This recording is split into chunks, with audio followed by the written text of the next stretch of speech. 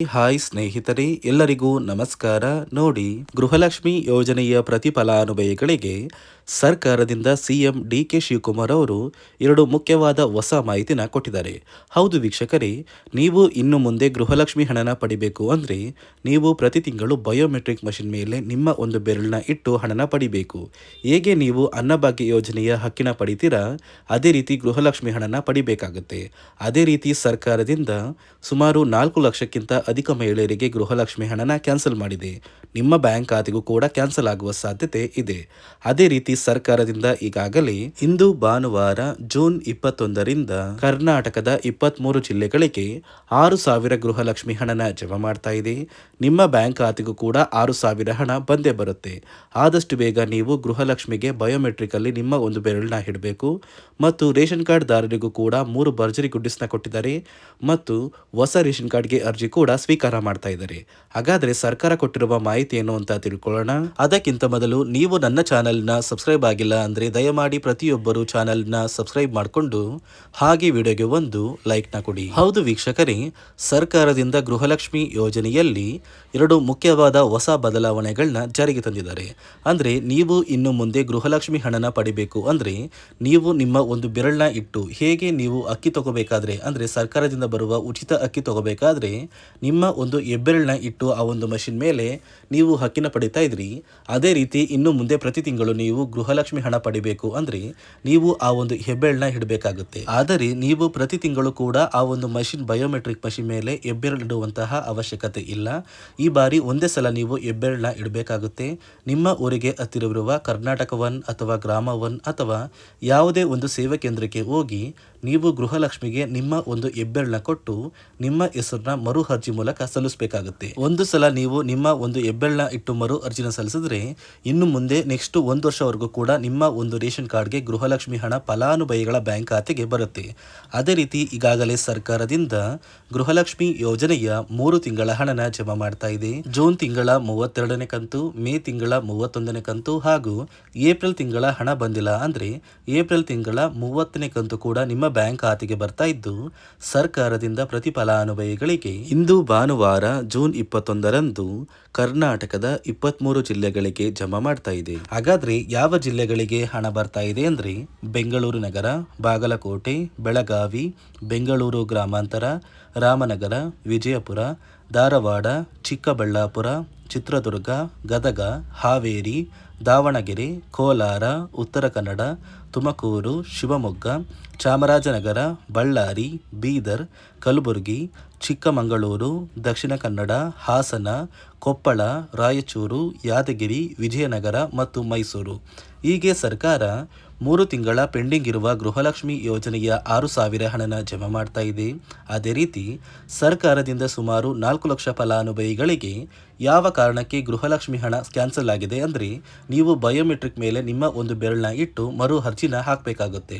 ಹಾಗಾದರೆ ಸರ್ಕಾರದಿಂದ ಏನೆಲ್ಲ ಮಾಹಿತಿ ಬಂದಿದೆ ಅಂತ ತಿಳ್ಕೊಳ್ಳೋಣ. ನಿಮ್ಮ ಬ್ಯಾಂಕ್ ಖಾತೆಗೆ ಗೃಹಲಕ್ಷ್ಮಿ ಯೋಜನೆಯ 3 ತಿಂಗಳ 6,000 ಹಣ ಜಮಾ ಆಗಬೇಕು ಅಂದರೆ ನೀವು ಆದಷ್ಟು ಬೇಗ ಗೃಹಲಕ್ಷ್ಮಿಗೆ ಮರು ಅರ್ಜಿನ ಹಾಕೋದು ಕಡ್ಡಾಯ. ಯಾವ ಕಾರಣಕ್ಕೆ ನೀವು ಮರು ಅರ್ಜಿ ಹಾಕಬೇಕು ಅಂತ ಕೂಡ ತಿಳಿಸ್ಕೊಡ್ತಾ ಇದ್ದೀನಿ.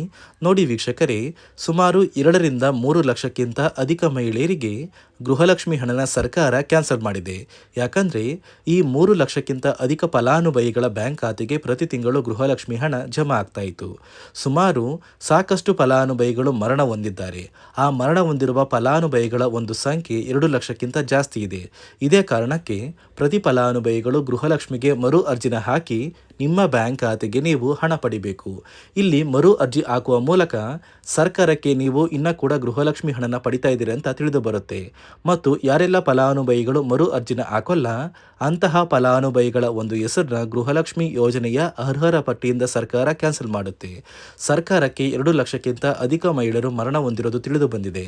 ಇದೇ ಕಾರಣಕ್ಕೆ ಈ ಜೂನ್ ತಿಂಗಳಲ್ಲಿ ಸರ್ಕಾರದಿಂದ ನೇಮಕಗೊಂಡಿರುವ ಕೆಲವು ಅಧಿಕಾರಿಗಳು ನಿಮ್ಮ ಮನೆ ಬಾಗಿಲಿಗೆ ಬಂದು ಪ್ರತಿ ಫಲಾನುಭವಿಗಳ ಒಂದು ದಾಖಲಾತಿಗಳನ್ನ ಮರುಪರಿಶೀಲನೆ ಮಾಡಿ ಮತ್ತೆ ಅರ್ಜಿನ ಹಾಕ್ಸ್ಕೊಂಡು ಹೋಗ್ತಾರೆ. ನಂತರ ನಿಮ್ಮ ಬ್ಯಾಂಕ್ ಖಾತೆಗೆ 3 ತಿಂಗಳ 6,000 ಹಣ ಬರುತ್ತೆ.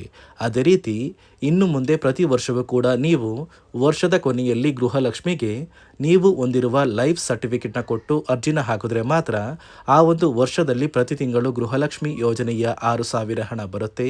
ಈಗಾಗಲೇ ಫಲಾನುಭವಿಗಳಿಗೆ ಗೃಹಲಕ್ಷ್ಮಿ ಹಣ ಜಮಾ ಆಗೋದಕ್ಕೆ ಸ್ಟಾರ್ಟ್ ಆಗಿದೆ. ಆದಷ್ಟು ಬೇಗ ಈ ಜೂನ್ ತಿಂಗಳಲ್ಲಿ ಪ್ರತಿಯೊಬ್ಬರು ಗೃಹಲಕ್ಷ್ಮಿಗೆ ಮರು ಅರ್ಜಿನ ಹಾಕಿ ಈ ಒಂದು ಹಣನ ಪಡ್ಕೊಳ್ಳಿ. ಮತ್ತು ಸರ್ಕಾರ ಈ ಗೃಹಲಕ್ಷ್ಮಿ ಹಣಕ್ಕೆ ಕೆಲವು ನಿಯಮಗಳನ್ನ ಕೂಡ ಜಾರಿಗೆ ತಂದಿದೆ. ಅದೇ ರೀತಿ ರೇಷನ್ ಕಾರ್ಡ್ ಹೊಂದಿರುವ ಪ್ರತಿಯೊಂದು ಕಾರ್ಡ್ದಾರರಿಗೂ ಕೂಡ ಸರ್ಕಾರ 3 ಮುಖ್ಯವಾದ ಭರ್ಜರಿ ಗುಡ್ ನ್ಯೂಸ್ನ ಕೊಟ್ಟಿದ್ದು, ಮೊದಲ ಒಂದು ಗುಡ್ ನ್ಯೂಸ್ ಬಂದು ಸರ್ಕಾರ ಹೊಸ ರೇಷನ್ ಕಾರ್ಡ್ಗೆ ಅರ್ಜಿನ ಸ್ವೀಕಾರ ಮಾಡ್ತಾ ಇದೆ. ನೀವು ಕೂಡ ಹೊಸ ರೇಷನ್ ಕಾರ್ಡ್ನ ಪಡಿಬೇಕು ಅಂದರೆ ಆದಷ್ಟು ಬೇಗ ಅರ್ಜಿನ ಹಾಕಿ. ಅದೇ ರೀತಿ ಎರಡನೆಯ ಒಂದು ಗುಡ್ ನ್ಯೂಸ್ ಬಂದು ನೋಡಿ ವೀಕ್ಷಕರೇ, ನಿಮ್ಮ ಒಂದು ರೇಷನ್ ಕಾರ್ಡ್ಗೆ ಸರ್ಕಾರದಿಂದ ಈ ಜೂನ್ ತಿಂಗಳಲ್ಲಿ 3 ತಿಂಗಳಿಗೆ ಬರುವಂತಹ 15 ರೀತಿಯ ಆಹಾರ ಪದಾರ್ಥಗಳನ್ನ ಸರ್ಕಾರ ಉಚಿತವಾಗಿ ಕೊಡ್ತಾ ಇದೆ. ಈ ಜೂನ್ ತಿಂಗಳಲ್ಲಿ ಸಿಗಬೇಕಾಗಿರುವಂತಹ ಇಂದಿರಾ ಕಿಟ್ ಮತ್ತು ಮೇ ತಿಂಗಳಲ್ಲಿ ನಿಮಗೆ ಬರಬೇಕಾಗಿರುವಂತಹ ಒಂದು ಇಂದಿರಾ ಕಿಟ್, ಅದೇ ರೀತಿ ಏಪ್ರಿಲ್ ತಿಂಗಳಲ್ಲೂ ಕೂಡ ನಿಮ್ಮ ಒಂದು ರೇಷನ್ ಕಾರ್ಡ್ಗೆ ಇಂದಿರಾ ಕಿಟ್ನ ಕೊಟ್ಟಿಲ್ಲ. ಒಟ್ಟು 3 ತಿಂಗಳ 15 ಆಹಾರ ಪದಾರ್ಥಗಳನ್ನ ಸರ್ಕಾರ ಪ್ರತಿ ಕಾರ್ಡ್ದಾರರಿಗೆ ವಿತರಣೆ ಮಾಡ್ತಾ ಇದೆ. ಮೂರನೆಯ ಒಂದು ಗುಡ್ ನ್ಯೂಸ್ ಬಂದು, ಇನ್ನು ಮುಂದೆ ನೀವು ಉಚಿತ ಅಕ್ಕಿ ಪಡಿಬೇಕು ಅಂದರೆ ಆ ಒಂದು ಬಯೋಮೆಟ್ರಿಕ್ ಮಷಿನ್ ಮೇಲೆ ಬೆರಳಿಡುವಂತಹ ಅವಶ್ಯಕತೆ ಇಲ್ಲ.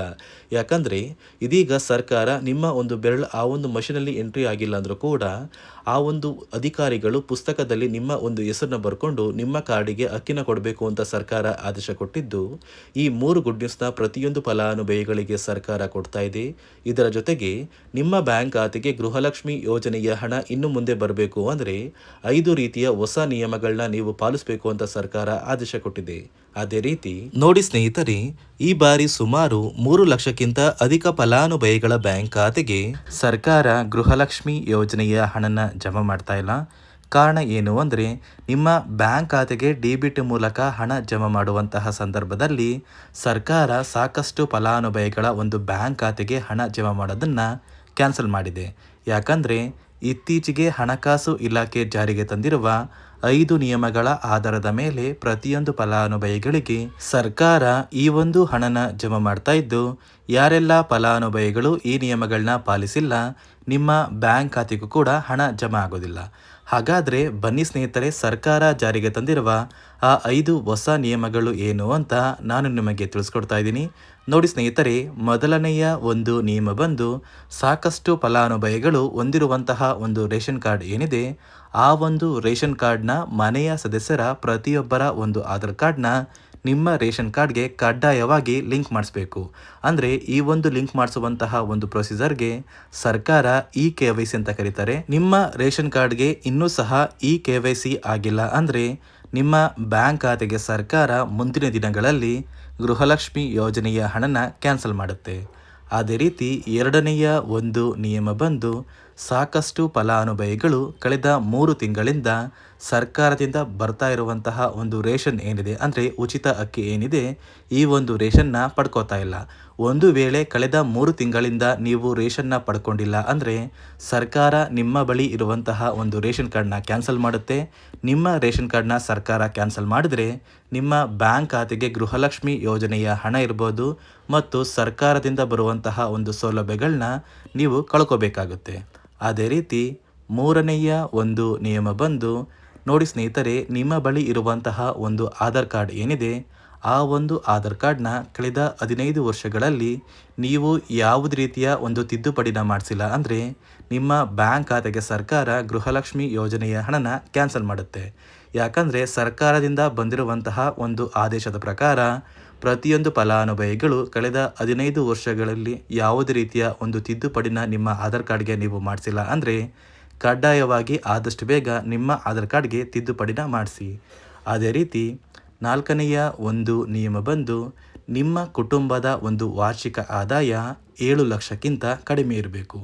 ಒಂದು ವೇಳೆ ನಿಮ್ಮ ಕುಟುಂಬದ ವಾರ್ಷಿಕ ಆದಾಯ 7 ಲಕ್ಷಕ್ಕಿಂತ ಜಾಸ್ತಿ ಇದ್ದರೆ ನಿಮ್ಮ ಬ್ಯಾಂಕ್ ಖಾತೆಗೆ ಸರ್ಕಾರ ಗೃಹಲಕ್ಷ್ಮಿ ಯೋಜನೆಯ ಹಣನ ಕ್ಯಾನ್ಸಲ್ ಮಾಡುತ್ತೆ. ಅದೇ ರೀತಿ 5ನೆಯ ಒಂದು ನಿಯಮ ಬಂದು, ನಿಮ್ಮ ಕುಟುಂಬದ ಸದಸ್ಯರು ಅಥವಾ ಗೃಹಲಕ್ಷ್ಮಿ ಯೋಜನೆಯ ಫಲಾನುಭವಿಗಳು ಯಾರು ಕೂಡ ಸರ್ಕಾರಿ ನೌಕರರಾಗಿ ಕಾರ್ಯನಿರ್ವಹಿಸ್ತಾ ಇರಬಾರ್ದು. ಒಂದು ವೇಳೆ ನಿಮ್ಮ ಕುಟುಂಬದಲ್ಲಿ ಯಾರೇ ಆಗಿದ್ರೂ ಸರ್ಕಾರಿ ನೌಕರರಾಗಿ ಕಾರ್ಯನಿರ್ವಹಿಸ್ತಾ ಇದ್ದರೆ ನಿಮ್ಮ ಬ್ಯಾಂಕ್ ಖಾತೆಗೆ ಗೃಹಲಕ್ಷ್ಮಿ ಯೋಜನೆಯ ಹಣ ಕ್ಯಾನ್ಸಲ್ ಆಗುತ್ತೆ. ಈ 5 ನಿಯಮಗಳ ಆಧಾರದ ಮೇಲೆ ಪ್ರತಿಯೊಂದು ಫಲಾನುಭವಿಗಳಿಗೆ ಸರ್ಕಾರ ಹಣ ಜಮಾ ಮಾಡ್ತಾ ಇದೆ.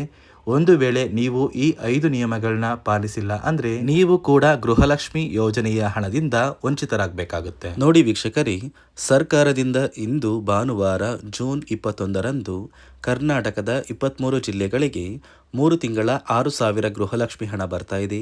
ಅದೇ ರೀತಿ ರೇಷನ್ ಕಾರ್ಡ್ದಾರರಿಗೂ ಭರ್ಜರಿ ಗುಡ್ಡಿಸ್ನ ಕೊಟ್ಟಿದ್ದು, ನಿಮ್ಮ ಒಂದು ಕಾರ್ಡಿಗೆ ಎಲ್ಲ ರೀತಿಯ ಸೌಲಭ್ಯ ಸಿಗುತ್ತೆ ಅಂತ ಹೇಳ್ತಾ ಇದಿಷ್ಟು ಸರ್ಕಾರದಿಂದ ಬಂದಿರುವ ಮಾಹಿತಿಯಾಗಿದೆ. ನಾನು ಕೊಟ್ಟಿರುವ ಮಾಹಿತಿ ನಿಮಗೆ ಇಷ್ಟ ಆಗಿದ್ದಲ್ಲಿ ನನ್ನ ಚಾನಲ್ನ ಸಬ್ಸ್ಕ್ರೈಬ್ ಮಾಡಿಕೊಂಡು ಹಾಗೆ ವಿಡಿಯೋಗೆ ಒಂದು ಲೈಕ್ನ ಕೊಡಿ.